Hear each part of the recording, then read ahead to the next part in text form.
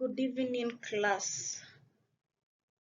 My name is Kaluki Maluki, registration number bed 050447 2021, and I'm going to teach about syntax and morphology.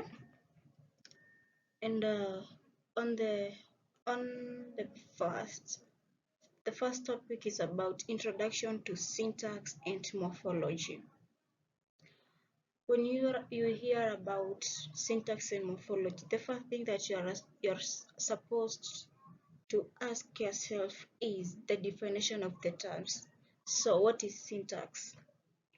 And syntax refers to a set of rules and principles that govern the arrangement and structure of words in a sentence. It determines how words and phrases are organized to form grammatically correct and meaningful sentences in a particular language. Syntax helps us understand the relationship between different elements within a sentence, such as subject, verb, object, and modifiers. By studying syntax, linguists can gain insights into the underlying structure of language and how it is used to convey meaning. All right, then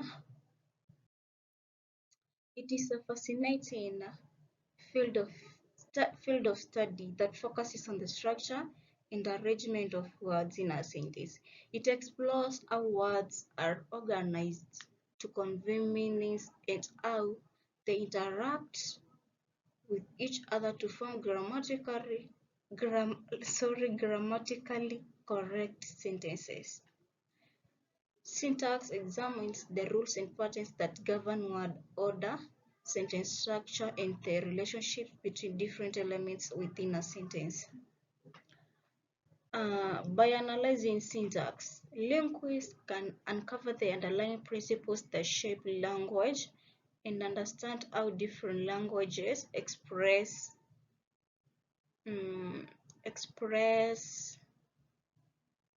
meaning through their unique syntactic structures. It involves studying various aspects such as phrase structure, syntactic categories, sentence types, syntactic ambiguity.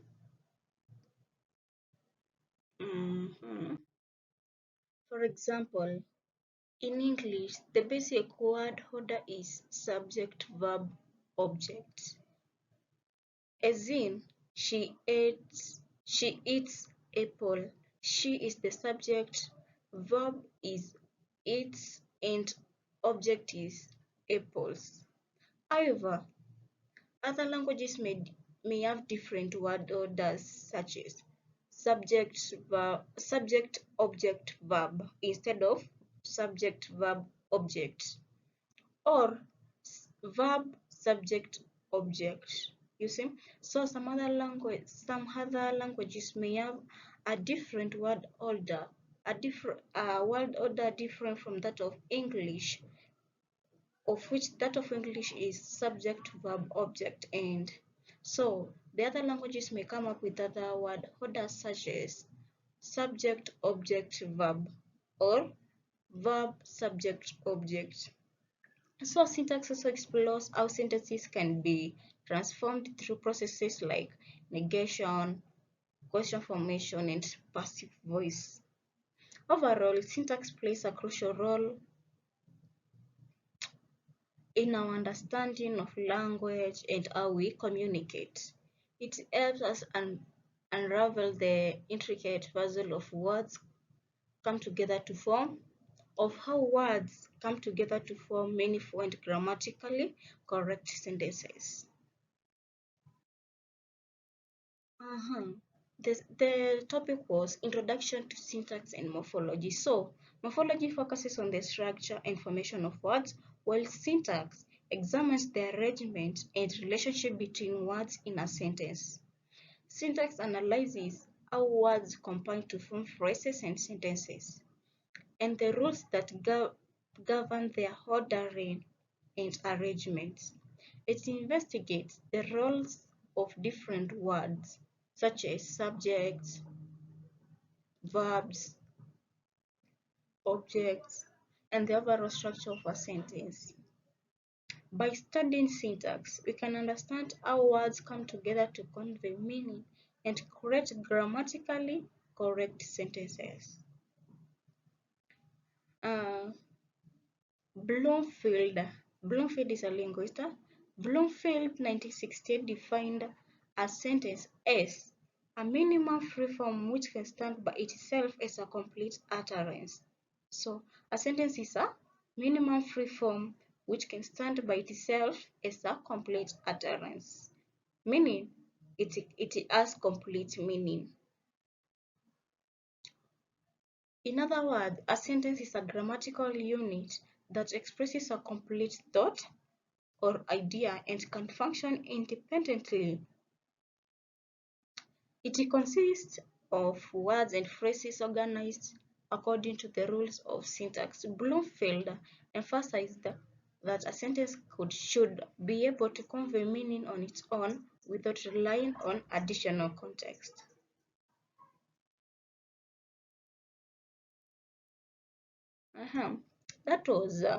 That was basically about syntax, okay? So let's go to morphology. And what is morphology?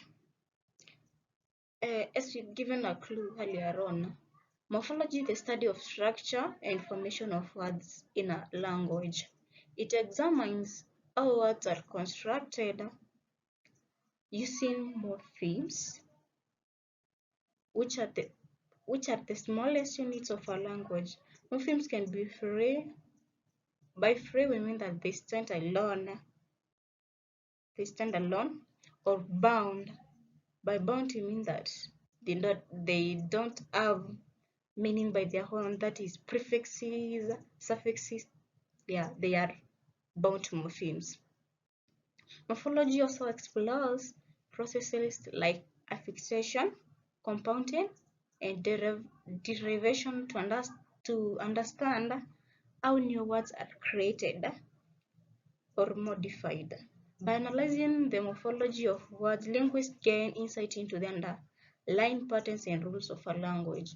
Here are some of the key points you should learn about morphology. Um, morphol the first key point you should learn about morphology is the definition of the term morphology, and we'd say that morphology is the study of the structure and formation of words in a language. Morphology is the study of structure and formation of words in a language. Another key point you should know is morphemes. And morphemes are the smallest meaningful units of a language. They can be either free morphemes or bound morphemes. Something else is word formation processes. And morphology examines how words are created through processes like affixation. And affixation means adding prefixes or suffixes to a root word. Compounding, that is combining two or more words. Okay, let me explain a bit. Affixation, though we will learn more. We'll learn more content about this. Okay, affixation. I said affixation is adding prefixes or suffixes. When I say adding prefixes or suffixes, I mean let's take a word like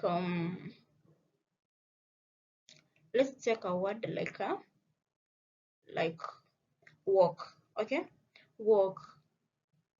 When we had when we add ing to work, we get working, and working is the present continuous tense of work. So ing is the suffix. This is the suffix added to the word work. Prefixes is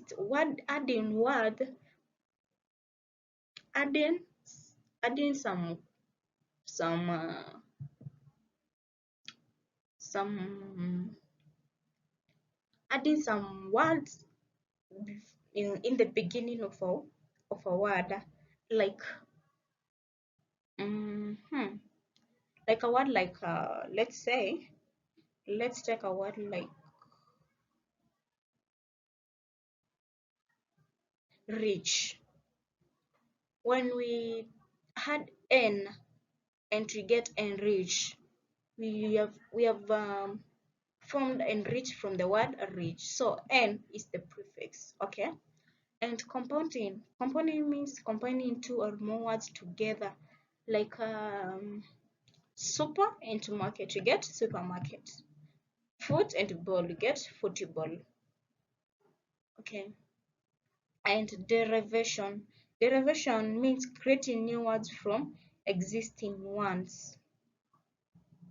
All right.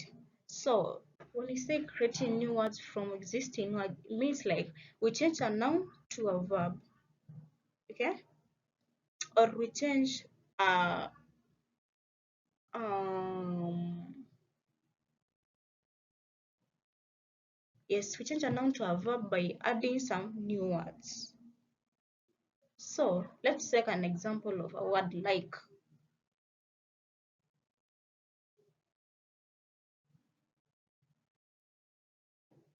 Walk is a noun, all right? When we say walking, we have changed walk to from a noun to a verb. Yes, hope you have understood me.